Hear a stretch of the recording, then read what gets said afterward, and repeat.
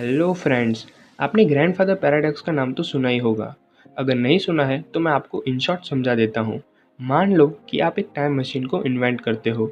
अब इस time machine की मदद से आप पास्ट में चले जाते हो और अपने ही ग्रैंडफ़ादर को बचपन में ही मार देते हो। अब क्योंकि आपने अपने दादा को बचपन में ही मार दिया है, आपके पापा का कभी जन्म होगा ही नहीं। और क्योंकि आपके पापा का जन्म नहीं होगा, आपका भी जन्म नहीं होगा। और अगर आपका जन्म नहीं हुआ तो टाइम मशीन की इन्वेंशन होगी ही नहीं। और क्योंकि टाइम मशीन इन्वेंट नहीं होगी तो आपके दादा भी कभी मरेंगे ही नहीं और ये लूप जो है चलती ही रहेगी। और इसी को कहा गया है ग्रैंडफादर पैराडॉक्स। कंफ्यूज हो गए ना? अच्छे अच्छे साइंटिस्ट भी इसको सुन के कंफ्यूज हो गए हैं और उनको भी इसका सॉल्यूशन नहीं मालूम है। और इसी वजह से वो लोग ये भी मानते हैं कि टाइम ट्रैवल करना इम्पॉसिबल है। पर इनडायरेक्टली इस सवाल का जवाब मार्वल वालों ने दे दिया है। तो वो क्या है, वो हम इस वीडियो में जानेंगे। तो फ्रेंड्स, मान लो कि ये कोई नॉर्मल टाइमलाइन है और यहाँ पे आप एक टाइम मशीन का इन्वेंट करते हो और टाइम मशीन की मदद से आप जो है पास्ट में चले जाते हो और अपने ही ग्रैंडफादर को मार देते हो बचपन में। अब क्योंकि आपने ग्रैंडफादर को अपने बचपन में ही मार दिया है तो क्या होगा, आपके पापा का कभी जन्म होगा ही नहीं।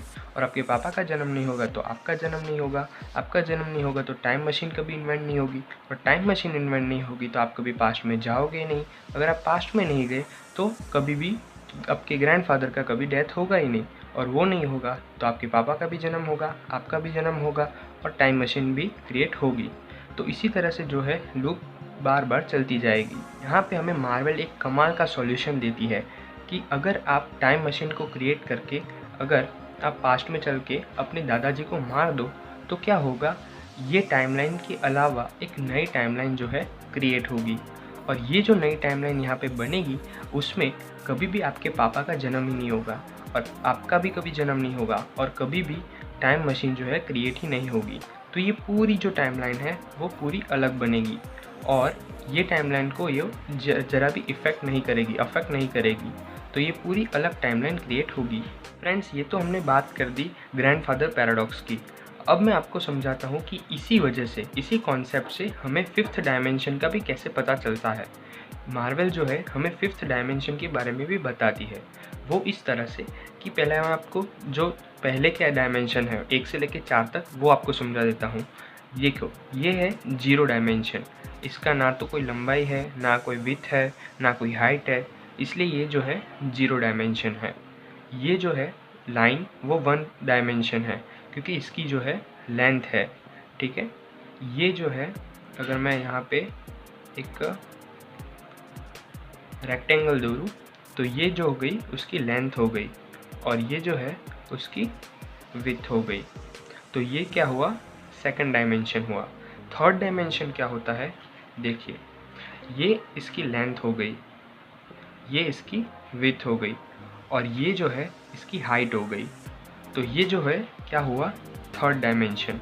अब इसी थर्ड डायमेंशन के साथ हमेशा एक फोर्थ डायमेंशन जो है चलता रहता है और वो है टाइम।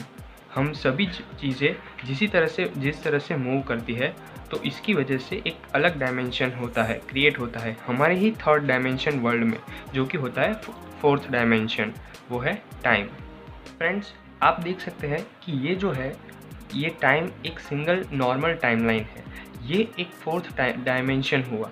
लेकिन क्या हो अगर हम पास्ट में जाए और यहाँ पे इसने ग्रैंडफादर को मार दिया और एक नई टाइमलाइन क्रिएट हुई, तो ये नई टाइमलाइन इसका हिस्सा नहीं है, ये फोर्थ डायमेंशन के अंडर नहीं आता है। इसके लिए एक नई टाइमलाइन क्रिएट होती है जो कि अपने आप में फिफ्थ डायमेंशन है। तो आपको अब समझ में आ गया होगा कि फिफ्थ डायमेंशन को भी मार्वल किस तरह से समझाती है। फ्रेंड्स, आई होप कि आपको वीडियो में सब कुछ समझ में आ गया होगा। अगर वीडियो अच्छा लगा तो वीडियो को लाइक करना बिल्कुल मत भूलना। अगर ऐसे ही वीडियो आगे भी देखने हैं तो चैनल को सब्सक्राइब करना भी बिल्कुल मत भूलना।